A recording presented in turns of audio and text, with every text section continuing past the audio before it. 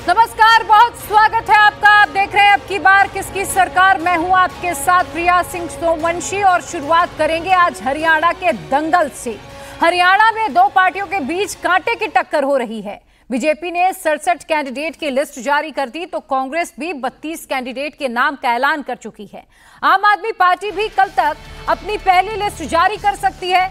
हरियाणा का दंगल Congress versus BJP होगा, यह त्रिकोणीय होगा या फिर कई सीटों पर मुकाबला बहुकोणीय होने वाला है। लेकिन सबसे पहले बात कांग्रेस की आई लिस्ट की कर लेते हैं। हरियाणा के सियासी दंगल में कांग्रेस ने भी अपने 32 धुरंधर मैदान में उतार दिए। कांग्रेस ने कल 32 कैंडिडेट की 2 लिस्ट जारी की। इस लिस्ट में कल ही कांग्रेस में शामिल होने वाली विनेश फोगाट का भी नाम है, लेकिन बजरंग पूनिया का नाम शामिल नहीं है इस लिस्ट में। कांग्रेस ने भूपेंद्र सिंह हुड्डा को गढ़ी सांपला किलोई सीट से उतारा है, जबकि कुमारी शैलजा और रणदीप सुरजेवाला का इस लिस्ट में नाम नहीं है। तीनों खुद को मुख्यमंत्री का दावेदार पहले ही बता चुके हैं। मुख्यमंत्री नायब सिंह सैनी के खिलाफ कांग्रेस ने लाडवाड सीट से मेवात सिंह को उतारा है।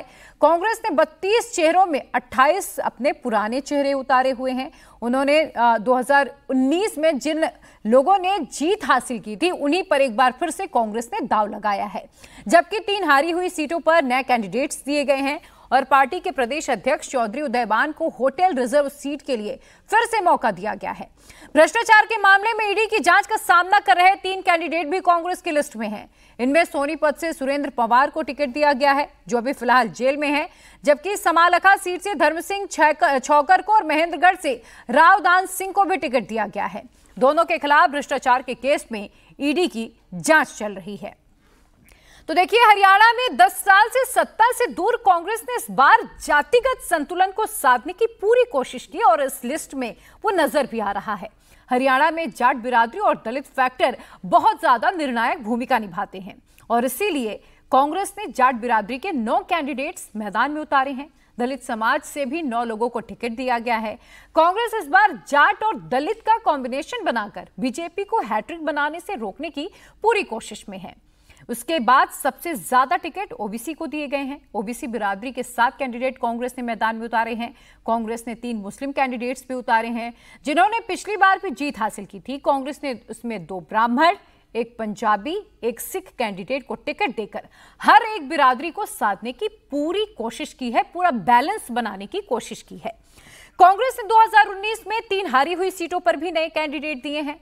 कल कांग्रेस ज्वाइन करने वाली पहलवान विनेश फोगाट को भी टिकट दिया गया है। जुलाना से वो चुनावी मैदान में है, जबकि 2 दल बदलुओं पर भी कांग्रेस ने दांव लगा दिया है। नीलोखेड़ी विधानसभा से धर्मपाल गोंदर पर कांग्रेस ने दांव खेला है। पिछली बार यहां से कांग्रेस के बंताराम निर्दलीय कैंडिडेट से 2222 वोट से हार गए थे। वहीं शाहबाद सीट की बात करें, सुरक्षित सीट है ये और यहां से रामकरण काला को उतारा गया है। रामकरण काला जेजेपी छोड़कर कांग्रेस में शामिल हुए हैं।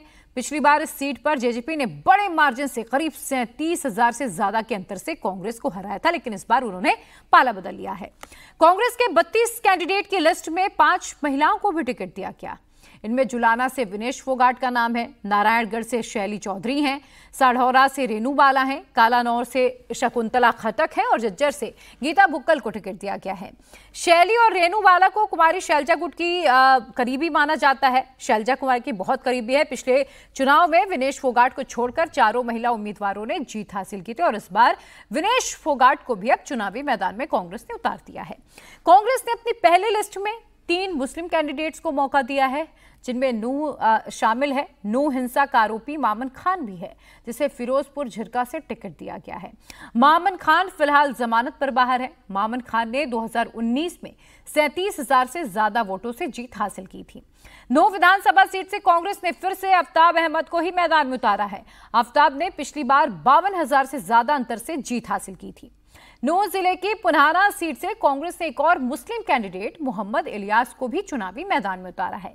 इलियास पिछली बार सिर्फ 816 वोट के मामूली से अंतर से जीते थे और एक बार फिर से कांग्रेस ने इन पर भरोसा जताया है। अब कांग्रेस की पहली और दूसरी लिस्ट में ज्यादातर वही जिले शामिल हैं जहां वो पहले से ही मजबूत स्थिति में है और 2019 में जहां पर बहुत बढ़िया प्रदर्शन किया था, परफॉर्म किया था, लेकिन 6 जिले जहां कांग्रेस अपना खाता भी नहीं खोल पाई थी, वहां अब भी कांग्रेस फिलहाल टिकट फाइनल नहीं कर पाई है। लगातार मीटिंग्स का दौर जारी है, उस पर चर्चा हो रही है। इनमें है हिसार की 7 सीटें, कैथल की 4 सीटें, भिवानी और गुरुग्राम की 4-4 सीटें शामिल हैं। फतेहाबाद की 3 और चरखी दादरी की 2 सीटों पर भी कांग्रेस ने अभी तक किसी को भी चुनावी मैदान में नहीं उतारा। यहां पर अभी किसी का फिलहाल टिकट फाइनल नहीं किया गया है। इन 6 जिलों में टोटल 24 सीटें हैं।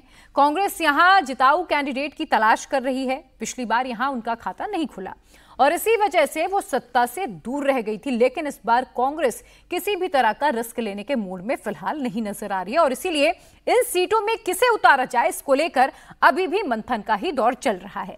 कांग्रेस ने विनेश फोगाट को बहुत ही टफ फाइट में फंसा दिया है। उन्हें जींद जिले के जुलाना सीट से उतारा है। यहां कांग्रेस पिछले 16 साल से नहीं जीत पाई है।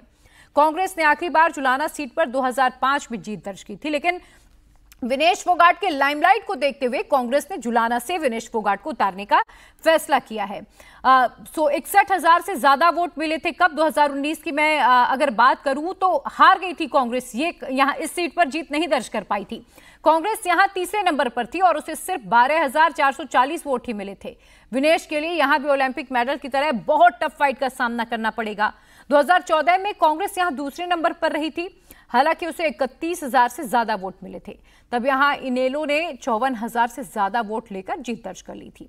2009 में भी कांग्रेस यहां नंबर 2 पर ही अटक गई थी। मतलब पूरी तरह से साफ है कि जुलाना में कोई भी बड़ा दांव विनेश को लगाना ही होगा, तभी वो जीत हासिल कर पाएंगी। हालांकि विनेश का कहना है कि जुलाना उनकी ससुराल है और इसीलिए उन्होंने इस टफ फाइट को लड़ने का फैसला किया है। क्या कहा है विनेश ने, एक बार सुनिए आप। मायका या ससुराल किसको चुनेंगे आप? मायका या ससुराल दोनों सीटें आपके लिए कही जा रही है। दोनों एक मेरी जन्मभूमि है, एक मेरी कर्म भूमि है, दोनों मेरे लिए बहुत जरूरी है। तो आपने विनेश फोगाट को सुन लिया। वो कह रही है एक मेरी जन्मभूमि है, एक मेरी कर्म भूमि है और कर्म भूमि ससुराल को मान रही है और इसलिए वहां से वो चुनावी मैदान में भी उतर रही है। कांग्रेस ज्वाइन करने के बाद पहलवान बजरंग पुनिया ने भी कहा कि वो चुनाव नहीं लड़ेंगे, संगठन में ही काम करेंगे। उन्होंने बीजेपी पर कई बड़े आरोप लगाए हैं। बजरंग पुनिया ने कहा कि जो लड़ाई सड़क पर लड़ी गई, अब उसे सदन में लड़ने का वक्त आ गया है। उन्होंने ये भी कहा कि हरियाणा में कांग्रेस बड़े बहुमत से जीतकर अपनी सरकार बनाएगी। किसान आंदोलन हो, चाहे अग्निवीर योजना हो, चाहे अपनी महिलाओं का, खिलाड़ियों का आंदोलन हो, तो स्टार्टिंग से ही हम उस चीज़ के लिए संघर्ष करें। पहले हमने अपने किसान भाइयों के लिए लगे रहे, उसके बाद जवानों के लिए लगे रहे, अभी महिलाओं के लिए लगे रहे और कांग्रेस ने हमेशा सपोर्ट किया हमें, सभी ओपोजिशन ने हमें सपोर्ट किया। और उस समय हमने, जब हमारा आंदोलन था महिलाओं का, तब हमने बीजेपी के पास लेटर लिखे, लेकिन कोई नहीं आया। तो ये चीज़ें देखी जाती है कि भाई बुरे समय में आपके साथ कौन खड़ा है। और जब हमारी बात हुई हमारे नेता राहुल गांधी जी से कि भाई, उन्होंने हमें ये बोला कि भाई हम हर कंधे से कंधा मिला के हर लड़ाई लड़ेंगे जो जिस भी वर्ग को दबाया जा रहा है उसकी, चाहे वो किसान हो, मजदूर हो, जवान हो, खिलाड़ी हो, कोई भी वर्ग हो, तो उन सब के लिए कि हम कंधे से कंधा मिला के लड़ाई लड़ेंगे और मजबूती के साथ। पिछले कुछ सालों से हम देख रहे हैं राहुल गांधी जी जो संघर्ष कर रहे हैं, प्रियंका गांधी जी जो लगे हुए हैं। तो मुझे लगता है कि भाई पूरे देश को ये चीज़ें देखनी चाहिए कि भाई आप किस पार्टी को सपोर्ट कर रहे हैं, जो हमेशा खिलाड़ियों के, किसानों के, जवानों के खिलाफ में खड़े हैं, आप उनको सपोर्ट कर रहे हैं। तो वो चीज़ एज ए इंसान मुझे अच्छी नहीं लगी कि भाई मैं बीजेपी की साइड जाऊं। मुझे लगा कि भाई हम राहुल जी जो संघर्ष कर रहे हैं उनके साथ मिलके उसको आगे बढ़ाएं। ओलंपिक के बाद हमारी बातें हुई बैठ के और ये चीज़ें बैठ के डिसाइड किया कि भाई हमें ये चीज़ करनी चाहिए, क्योंकि जो चीज़ें हम रोड पे बैठ के नहीं कर पाए वो मुझे लगता है कि विधानसभा और लोकसभा में बैठ के हम वो चीज़ें देश के सामने रख सकते हैं। विनेश चुनाव लड़ रही है और हमने पहले डिसाइड किया 2 में से एक कोई चुनाव लड़ेगा। और जब बैठ के बात हुई तो वो चीज़ें, सारी चीज़ें बैठ के बात होने के बाद ही ये चीज़ें तय हुई है। उम्मीद है कि हरियाणा में अच्छी बहुमत से सरकार बनाएंगे। बजरंग पुनिया ने कांग्रेस ज्वाइन करने के बाद बृजभूषण शरण सिंह पर भी अटैक किया। बजरंग ने कहा कि वो राजनीति के बड़े खिलाड़ी हैं और अपनी तरीके से खेल रहे हैं, लेकिन अभी ये लड़ाई खत्म नहीं हुई है। बृजभूषण, जिनके खिलाफ आप लोगों ने लड़ाई लड़ी सड़कों पर, वो अब ये कह रहे हैं कि देखिए चेहरे से नकाब हट गया है और बजरंग, विनेश सब कांग्रेस में शामिल हो गए। हम तो कहते थे कि ये हुड्डा जी करा रहे हैं तमाम चीज़ें, अब सामने आ गया है, आप कांग्रेस में शामिल हो गए। देखिए, जब मैंने वो बताया पहले भी कि हम जब रोड पे लड़ाई लड़ रहे थे तब हमने बीजेपी के सांसदों को लेटर लिखा, जब बीजेपी क्यों नहीं आई। और जब हमने स्टार्टिंग में, जब जनवरी में हमने पिछले साल जब प्रोटेस्ट किया था, तो हमने एक भी आदमी को स्टेज पे नहीं चढ़ने दिया था पॉलिटिक्स में, कि हम पॉलिटिक्स नहीं कर रहे हैं, हम खिलाड़ियों का आंदोलन कर रहे हैं, बेटियों के लिए न्याय की बात कर रहे हैं। उस समय क्यों नहीं आए फिर। और ब्रजभूषण, देखो, जो आदमी आरोपी होता है वो अपना बचाव तो करता है, तो उसका काम तो, वो राजनेता खिलाड़ी है, वो राजनीति का काफ़ी लंबे समय से, तो उसको हर तरीके से वो जात पात में बांटने का, हरियाणा यूपी में बांटने का, हर तरीके से बांटने का उसने प्रयास किया। वो कहीं कामयाब नहीं हुआ। कभी हमें देशद्रोही बताया, कभी हमें खालिस्तानी बताया, कभी हरियाणा यूपी पता नहीं क्या क्या लगाए। तो वो खिलाड़ी है, वो अपने तरीके से उस चीज़ को हैंडल कर रहा है। और अगर बीजेपी सपोर्ट नहीं करती, मैं आपसे पूछता हूँ कि वो कांग्रेस का सांसद होता या और किसी पार्टी का, अपोजिशन का होता, तो इतने दिन बच जाता। जिन लोगों पे अभी तक आरोप सिद्ध नहीं हुए वो जेल में बैठे हैं। विनेश फोगाट और बजरंग पुनिया के कांग्रेस में शामिल होने पर ब्रजभूषण शरण सिंह ने कहा कि अब ये साफ हो गया कि आंदोलन के पीछे हुड्डा का हाथ था। कांग्रेस ने पहलवानों का इस्तेमाल किया, मुझे और पार्टी को बदनाम करने के लिए ये सब किया क्या। 18 जनवरी को जब जंतर मंतर पर ये आंदोलन शुरू हुआ था खिलाड़ियों के नाम पर, उसी समय जब मुझे मौका मिला था तो मीडिया के सामने ये बात रखी थी कि ये सब झूठ है और षड्यंत्र है, और इस षड्यंत्र के पीछे भूपेंद्र हुड्डा है और कांग्रेस है। और आज वही बात सामने निकल करके आई, षड्यंत्र का पर्दाफाश हुआ। फाइनल जो स्क्रिप्ट लिख करके आई वो कांग्रेस कार्यालय में दिखाई पड़ी। बाकी अब जनता को फैसला करना। कांग्रेस जैसी पार्टी लड़कियों का सहारा लेकर के राजनीति करना चाहती है,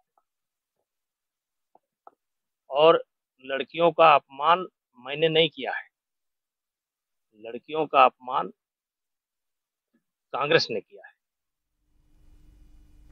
देखिए, वहीं हरियाणा में बीजेपी के बागियों की लिस्ट लंबी होती जा रही है और बीजेपी की मुश्किलें बढ़ रही हैं। अब कालावंती से पूर्व विधायक और हरियाणा बीजेपी के सीनियर लीडर सरदार बलकौर सिंह ने पार्टी से इस्तीफा दे दिया है। उनके साथ कई पार्षद भी थे। ब्लॉक समिति के चेयरमैन समेत दर्जनों कार्यकर्ताओं ने बीजेपी छोड़ दी। बलकौर सिंह अपने समर्थकों के साथ दिल्ली में कांग्रेस पार्टी ज्वाइन करने वाले हैं। उन्होंने कहा कि पूर्व मुख्यमंत्री मनोहर लाल खट्टर ने जिस नेता पर गंभीर आरोप लगाते हुए उसे पार्टी से निकाल दिया था, नायब सिंह सैनी के राज में उसी को टिकट दे दिया गया। बीजेपी ने इस बार कलांवली से राजेंद्र देसुजोधा को टिकट दिया है। मैं भारतीय जनता पार्टी च 5 साल तन मन धन नाल सेवा की है और बहुत उम्मीदां लेके, विश्वास लेके और विपरीत परिस्थितियों दे विच मैं भारतीय जनता पार्टी का झंडा बुलंद रखा, पर उस दे बदले अज तक मैनू किसी भी संगठन विच, किसी भी सरकारी पद विच जां किते भी कोई उस मान सन्मान जिस दे मैं अपने आप नूं लायक समझदा सी उस दे बराबर दा कोई नहीं मिलिया। इस करके मैं भारतीय जनता पार्टी नूं अलविदा कहता है और कांग्रेस ज्वाइन कर रहे हैं। जिहड़ा पिछले 5 साल 2019 च जिहड़े साडे मानयोग उदों मुख मंत्री सी मनोहर लाल जी, उन्होंने इस बंदे नूं जिन्होंने टिकट दित्ती है ये कह के नकारिया सी, बड़े गहरे ते डूंघे दोष लाए सी भी ये नशा बेचदा है। पर अज उसे बंदे नूं जिहदे ते 5 साल पहला दोष लाए, बड़े गंभीर दोष लाए और बिना किसी सोचे समझे उसनूं टिकट दे दी है। और इस वक्त एक बड़ी खबर हरियाणा के जींद से आ रही है। पूर्व मंत्री बच्चन सिंह आर्य ने बीजेपी से इस्तीफा दे दिया है। बीजेपी सफीदों से सीट के पूर्व मंत्री बच्चन सिंह का टिकट काट दिया था, जिसकी जगह जेजेपी से आए बागी राजकुमार गौतम को टिकट दिया है। बच्चन सिंह आर्य ने पार्टी की सदस्यता से भी इस्तीफा देने का ऐलान कर दिया है। हरियाणा बीजेपी के प्रदेश अध्यक्ष मोहन लाल बड़ोली ने कहा कि कांग्रेस की लिस्ट देखकर उनकी चाल और चरित्र का अंदाजा लगाया जा सकता है। उन्होंने कहा कि हरियाणा में बीजेपी जीतेगी और लगातार तीसरी बार सरकार बनाएगी। बगावत पर उन्होंने कहा कि सभी बागियों को मना लिया गया है। जो लोग कांग्रेस में गए हैं उन्हें भी जल्द वापस लाया जाएगा। सर किस तरीके से देखते हैं, आपने 67 उम्मीदवार उतारे, उन्होंने 32 उतारे, उन्होंने उनको भी टिकट दिया जिनके खिलाफ ईडी की कार्रवाई हो रही है, उन्होंने ये कहा है कि ईडी जानबूझकर परेशान करने के लिए कार्रवाई कर रही है। ये कांग्रेस का चाल चरित्र चेहरा इस लिस्ट से ही दर्शाता है कि किस प्रकार से उन्होंने एक दागदार लोगों को चुनावी मैदान में उतारा है और लोकतंत्र को मजबूत करने की बजाय लोकतंत्र को कमज़ोर करने वाले लोगों को प्रत्याशी के रूप में उतारा है। हरियाणा प्रदेश की जनता जानती है, हरियाणा प्रदेश की जनता ने जो मन बनाया, हरियाणा प्रदेश की जनता ने हमारी 67 उम्मीदवारों की सूची को भी देखा है और सभी ने मन बनाया है कि आने वाले विधानसभा चुनाव में 5 अक्टूबर को कमल के फूल का बटन दबाकर भारतीय जनता पार्टी की स्पष्ट बहुमत की सरकार हरियाणा प्रदेश की जनता बनाने का काम करेगी। सर आपने अपने उम्मीदवार उतारे, उसके बाद पार्टी के अंदर फूट भी देखी गई, कई लोगों ने इस्तीफा दिया, कई लोगों ने पार्टी छोड़ दिया। कार्यकर्ताओं के अंदर जो नाराजगी है उसको कैसे दूर करेंगे चुनाव में? भारतीय जनता पार्टी का कार्यकर्ता एक बार नाराजगी व्यक्त करता है और उसके बाद वो अपने राष्ट्र के काम में लगता है। भारतीय जनता पार्टी का काम राष्ट्र का काम है, देश का काम है और सभी कार्यकर्ता आज भारतीय जनता पार्टी के काम में लगे। जो लोग पार्टी छोड़ गए उनके लिए क्या कहेंगे? भारतीय जनता पार्टी छोड़ के कोई भी नहीं गया, सब भारतीय जनता पार्टी में है। जिन्होंने इस्तीफा दे दिया है, कई विधायकों के इस्तीफे आए, जिन्होंने इस्तीफा दिया था उनके सब इस्तीफे वापस हो गए। वापस कर लेंगे, आप मना लेंगे उन लोगों को? सब मना लिए गए। वहीं आम आदमी पार्टी की लिस्ट आने में भले ही देरी हो रही हो, लेकिन सुनीता केजरीवाल ने प्रचार में अपने जान फूंकी है। आज भिवानी में सुनीता केजरीवाल ने पब्लिक रैली की। उन्होंने बीजेपी और प्रधानमंत्री मोदी पर जमकर निशाना साधा। उन्होंने कहा कि केजरीवाल का सीएम बनना चमत्कार है, भगवान कृष्ण ने उन्हें खास काम के लिए धरती पर भेजा है। उन्होंने कहा कि अगर हरियाणा में आम आदमी पार्टी को जीत मिली तो पंजाब और दिल्ली की तरह ही यहां पर भी काम होगा। आम आदमी पार्टी के मुखिया मेरे पति अरविंद केजरीवाल हरियाणा के लाल है। उनके इसी कामों की वजह से देश और दुनिया में हरियाणा का नाम रोशन हो रहा है। अरविंद जी का जन्म सिवानी गांव में हुआ। हिसार में वो पले बड़े। पिताजी हिसार में नौकरी करते थे। बहुत ही साधारण परिवार। किसी ने सपने में भी नहीं सोचा होगा कि हरियाणा का ये लड़का 20 साल बाद जाकर दिल्ली का मुख्यमंत्री बन जाएगा। कोई मामूली बात नहीं है, किसी चमत्कार से कम नहीं है। एक और इत्तेफाक है, अरविंद जी का जन्म 16 अगस्त 1968 को हुआ। उस दिन कृष्ण जन्माष्टमी थी, यानी भगवान श्री कृष्ण के जन्म का दिन। मुझे लगता है भगवान जी अरविंद जी के जरिए जरूर कुछ खास करवाना चाहते हैं। वरना सोचिए, एक गांव में पैदा हुआ लड़का, साधारण परिवार में पला हुआ, जाकर एक दिन दिल्ली का मुख्यमंत्री बन जाए, कोई मामूली बात नहीं है। मोदी जी आपके बेटे से, आपके भाई से जलते हैं, डरते हैं। उनसे ये सब काम नहीं होते। अच्छी शिक्षा, अच्छा इलाज, बिजली, पानी, ये सब काम उनसे नहीं होते। डर के मारे उन्होंने आपके बेटे के काम रोकने के लिए उनको जबरदस्ती जेल में डाल दिया, झूठे बयान पर, झूठे केस में। कहते हैं केजरीवाल चोर है। मैं कहती हूं मोदी जी, अगर केजरीवाल चोर है तो इस दुनिया में कोई ईमानदार नहीं है। हरियाणा की 90 सीटों पर कांग्रेस और आम आदमी पार्टी का गठबंधन नहीं हो पाया है और अब आम आदमी पार्टी कल अपनी पहली लिस्ट जारी कर सकती है। आम आदमी पार्टी ने 50 सीटों पर चुनाव लड़ने का फैसला किया है। दरअसल आम आदमी पार्टी कांग्रेस से 10 सीटों की डिमांड कर रही थी, लेकिन कांग्रेस पार्टी 2 से 3 सीट से ज्यादा देने के लिए तैयार नहीं थी, जिसके चलते अलायंस पर बात नहीं बन पाई। राघव जी ने कल आप लोगों को ब्रीफ किया होगा, अभी हम सबके पास जानकारी उतनी है। आम आदमी पार्टी की तरफ से, वॉलेंटियर्स, कार्यकर्ता और लीडरशिप की तरफ से मैं एक चीज कह सकता हूं, हम पूरी तरीके से तैयार है, पार्टी के ऑर्डर का वेट कर रहे हैं। वर्ड गो मिलते ही हम सारा अनाउंस कर देंगे। हम हर सीट पर, हर जगह पर पूरी ताकत से चुनाव लड़ने के लिए तैयार हैं और जो भी हमें कमजोर आंकेगा वो भविष्य में स्वयं पछताए।